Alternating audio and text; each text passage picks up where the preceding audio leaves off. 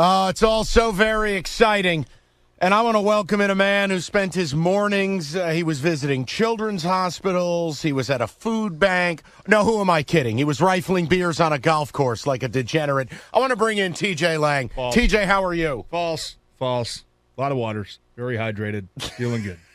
Beautiful Friday. Hey, you can't beat this. What is it, November 4th? We get 70-degree weather? I mean, it's insane. Goodness, you got to take advantage of it. You have to, because you know what's coming. I feel like this winter is just going to be hell. I feel like it's we're due for a couple weeks, maybe a couple months. Yeah, hopefully it won't be degrees and 12 inches of snow. Like that winter of 2019. It's going to be brutal. Now you got to enjoy it, man. Feeling good out there.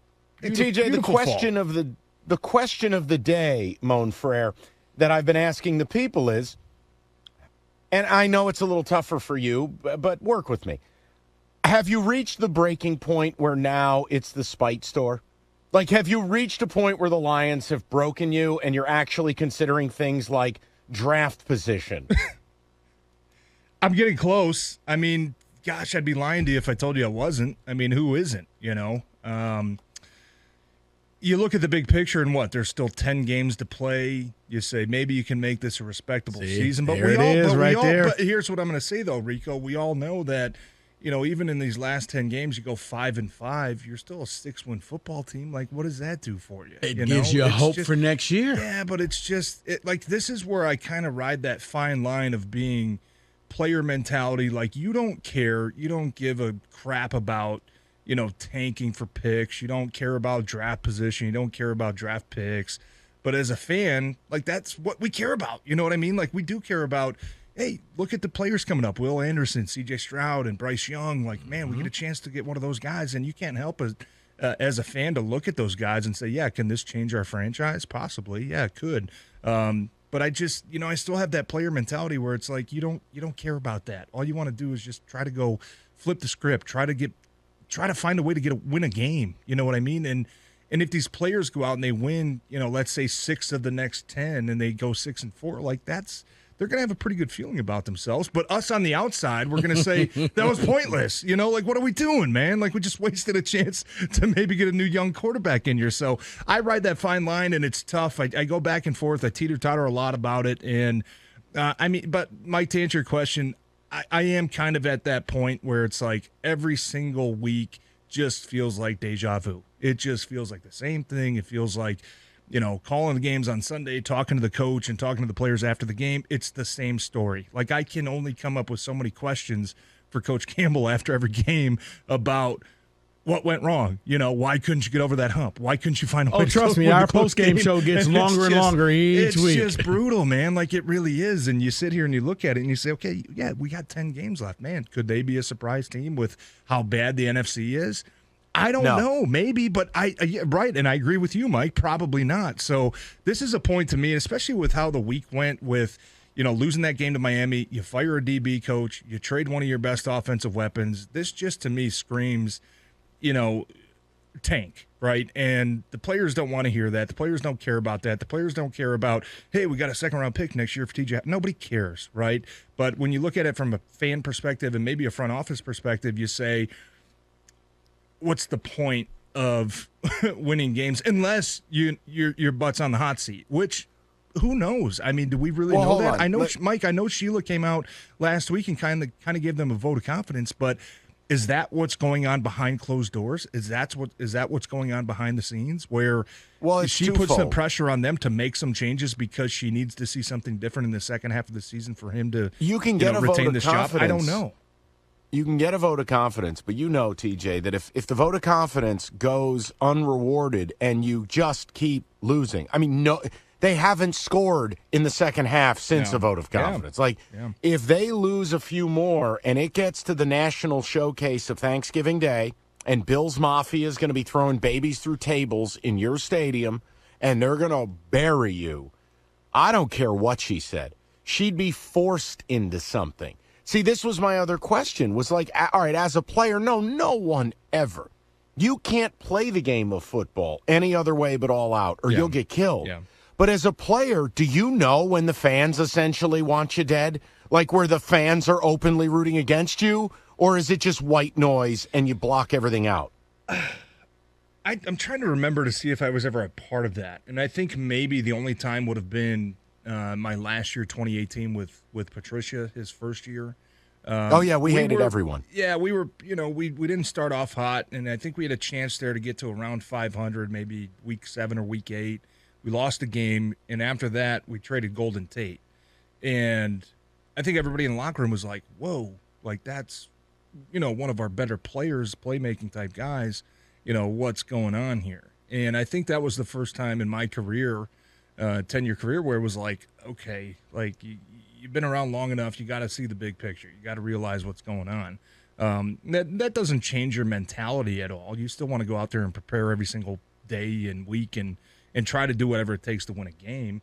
But yeah, I think that might have been the first time. And, it's from a player's perspective, it's tough because you have such a young team in Detroit right now where a lot of these players don't know, trading guys, cutting, firing coaches. Like, they don't know what the business is about. You play long enough, you're going to see that happen every single year. No, ignorance is bliss right now. Yeah, and I just don't know how much that is going to affect this football team because I just feel like we're getting to a point, though, where you make these major changes, you fire a coach, you trade a player like this. From the front office perspective, it's almost like, and I don't want to, gosh, this is a hard way to put it, but it's almost like you feel like they're kind of just punting on the rest of the season to say, let's get ready for the future.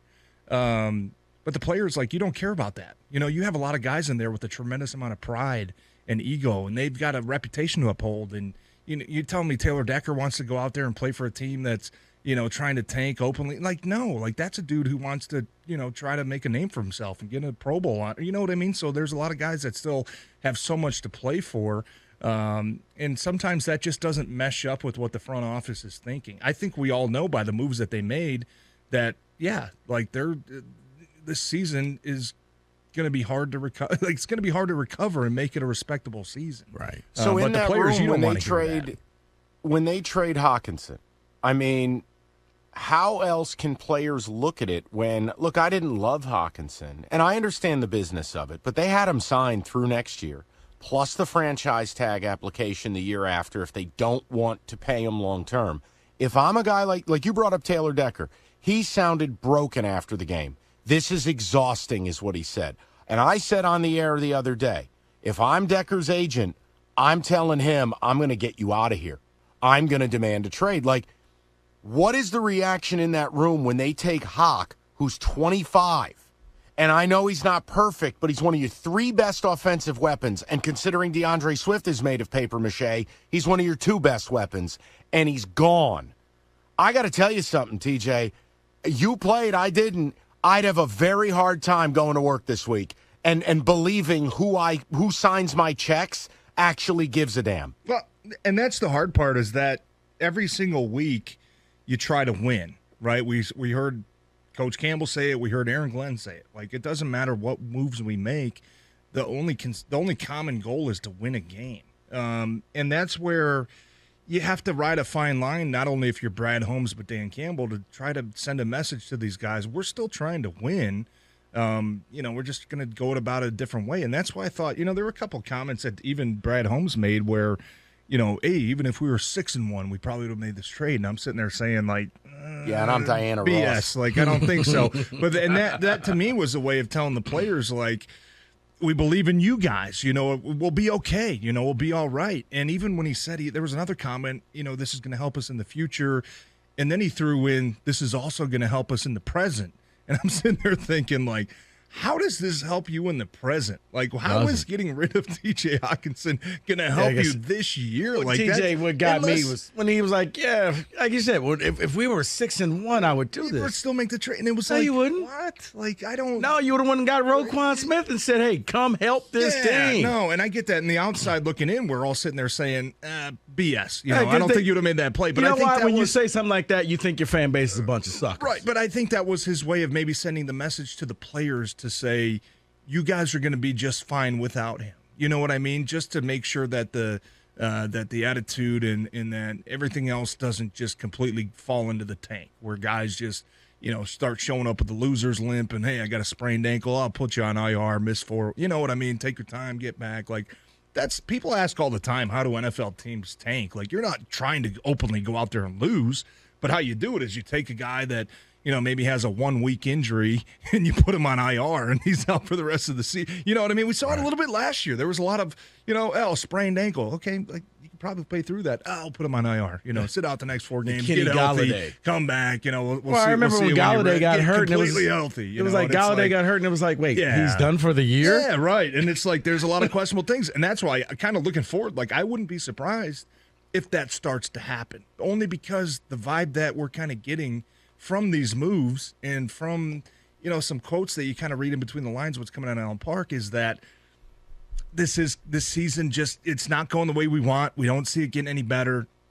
Let's look at the bigger picture and try to set ourselves up for success, coming up, starting with the draft. And I thought what Brad Holmes said was kind of – I know, it's so sad to say that after 7 games and you still have 10 left. And look, I mean – the crazy part about this team, though, that I really believe, and that is probably the most disappointing part, is when you hear players and you hear the coach say, like, we're close, right? When you look at the record, you're like, no way you're close. You're a 1-6 football team. You guys are terrible.